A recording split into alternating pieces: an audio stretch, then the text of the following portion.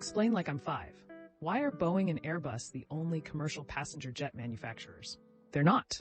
But other aircraft manufacturers only make smaller planes, Fokker, Bombardier, Embraer. But for large jets, it's a market with super high barriers of entry between the costs and time to design and certify a new plane, as well as the scale of the manufacturing plants needed. And there are very few customers, only a few dozen airlines globally, who tend to buy in large quantities. So how would a company finance the development of a plane that might cost many billions of dollars and a decade or more to develop, then need to find buyers, and then need to build the infrastructure to produce in quantities airlines want? Manufacturing large jets might be one of the things with the highest barriers to entry in the world when you combine the technology and engineering with the regulation of it all. Probably only behind things like chip manufacturing and such.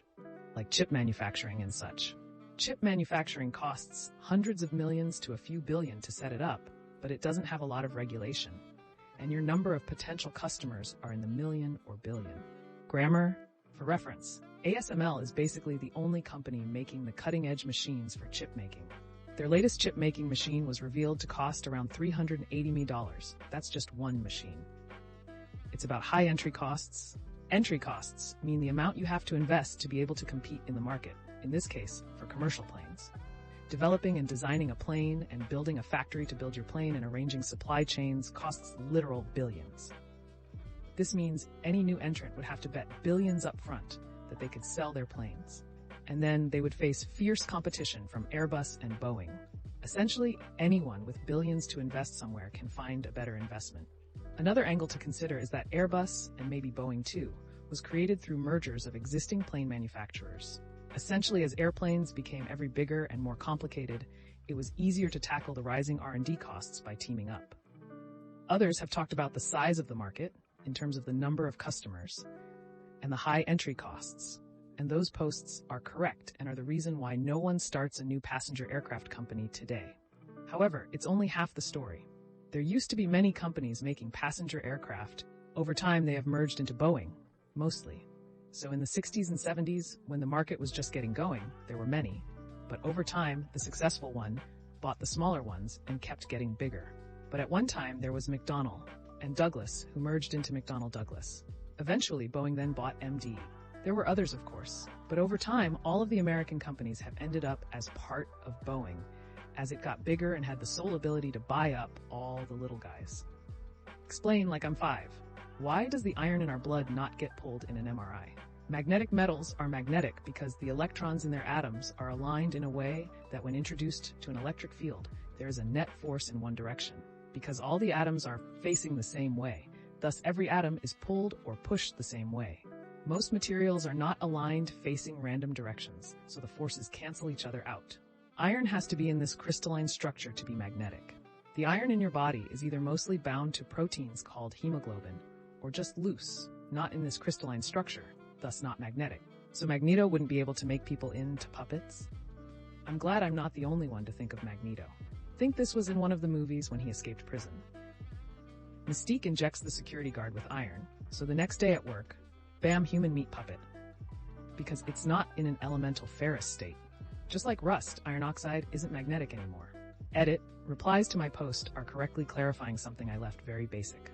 If you'd like to know more, dive deeper. For what it's worth, the MRI does pull every single atom in your body a super tiny amounts. Different types of body bits are pulled towards the magnet at varying strengths.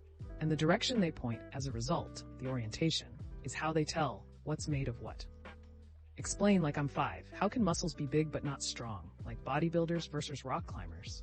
Just to clarify, they are strong. There's a strong correlation between muscle size and strength. Bodybuilders are very strong. There's relative and absolute strength, how strong you are relative to your body weight, and how strong you are, period.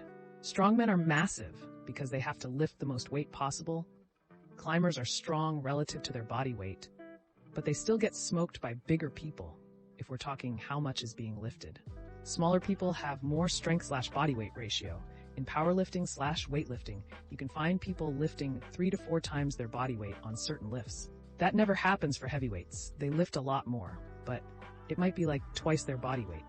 Yeah, I'm not even sure which example OP was claiming wasn't strong. High-level bodybuilders and high-level climbers are both insanely strong. Their muscles and bodies are just trained for different things.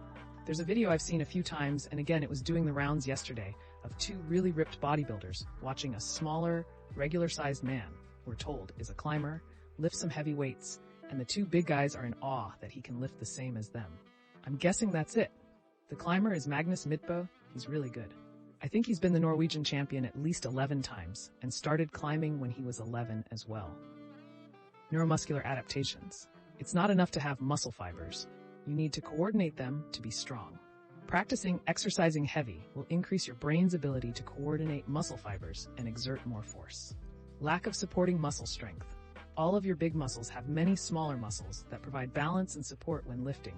If you haven't practiced those smaller muscles, by, for example, lifting only with fixed machines and no free weights, those muscles won't be able to provide the necessary support to lift heavy. Muscle fiber balance. Muscles consist of 3 types of muscle fibers. Type 1, slow-twitch oxidative, are slow-twitch high-endurance but low-strength muscle fibers. Type 2A, fast-twitch oxidative, are fast-twitch intermediate muscles with a balance between strength and endurance. Type 2B, fast-twitch glycolytic, are fast-twitch high-strength musculature with low endurance. Training and genetics will influence your mix of these muscle fibers in different body parts. High-weight exercises will typically stimulate the growth of 2B muscle fibers, while high-rep low-weight will typically promote type 1. This is the correct answer. Muscle size is not all that matters for maximizing the capacity to exert force. That requires neural training that is not the focus of a lot of people. Nothing wrong with that. Each person has different goals. In simple terms, you become good at what you train. If all your training revolves around pulling up weight in a certain way, your brain and muscles will become very, very good at pulling that weight that certain way. But that does not mean you are strong in a general sense. You just optimized your body, both muscle size and neural coordination, to that particular set of tasks. Some people focus on having the most muscular body, bodybuilders, some in exerting the maximum amount of force in an instant, martial artists, some in pulling endurance, rock climbers. Their bodies become really good at doing those things. They are all very strong, but in different ways because they are optimizing their bodies to do different things. Strength is specific. If you ask that rock climber to bench press, then he won't be as good as someone who consistently practices the bench press, all other variables being equal. Explain like I'm 5. Why does a suit have to be dry cleaned? Because some fabrics such as silk, wool, and some synthetics degrade, shrink, wrinkle, or otherwise respond poorly to cleaning with water. Dry cleaning uses no water, so the fabric remains undamaged. That, of course, plus the fact that if you take apart a suit, you'll see that, unlike normal garments, such as jeans or dress shirts, a suit or a fancy dress is constructed from several layers of different fabrics attached together to give the suit or dress a certain shape, such as in the shoulder or lapel areas. If you wash them, the multiple underlying pieces of fabric would shift relative to each other, and the shape of your suit or dress would be ruined forever. And this is exactly what happens if you accidentally put a suit, jacket, blazer, or fancy dress in the washing machine. It comes out looking like a rag. Edited for typos. A good way to demonstrate this without ruining a good suit. Get an old pillow and wash it and dry it. See how f***ed up the stuffing gets. Some things just need to be washed differently. It's like how your mother and I put you in the bathtub and not the dishwasher. No one here has yet mentioned that after the suit comes out of the washing machine, an expert with a steam gun/steam press reforms any area of the suit that was bunched, wrinkled, so it looks as good as the day you bought it. The average person doesn't have the technical knowledge to get it done at home. Explain like I'm 5. Can protons be added to an atom to create heavier elements like gold, or are they only created in supernovae? Sure, it can be done, although it's usually easier to combine 2 nuclei than to add protons, neutrons individually to a nucleus. That's how we create new elements to discover. Some elements are considerably easier to make than others, so breeding elements in a nuclear reactor is limited to only specific elements, isotopes, but we can even produce some like plutonium in large amounts. They absolutely can be, but the process is so energy hungry that there's no point in doing so except for research purposes. At least for materials that can just be dug out of the ground. Supernovae produce ridiculous temperatures and physical forces. That's what causes the fusion. Anything that can pump enough energy into something, like a particle accelerator for example, can do the same. Nuclear fusion would be a potential not power-hungry option to smash protons together. Sort of, yes, for certain elements. but that only gets us elements that are much easier to get in nature. Beyond manganese, fusion consumes energy. I thought the end of it was iron. Manganese, is it?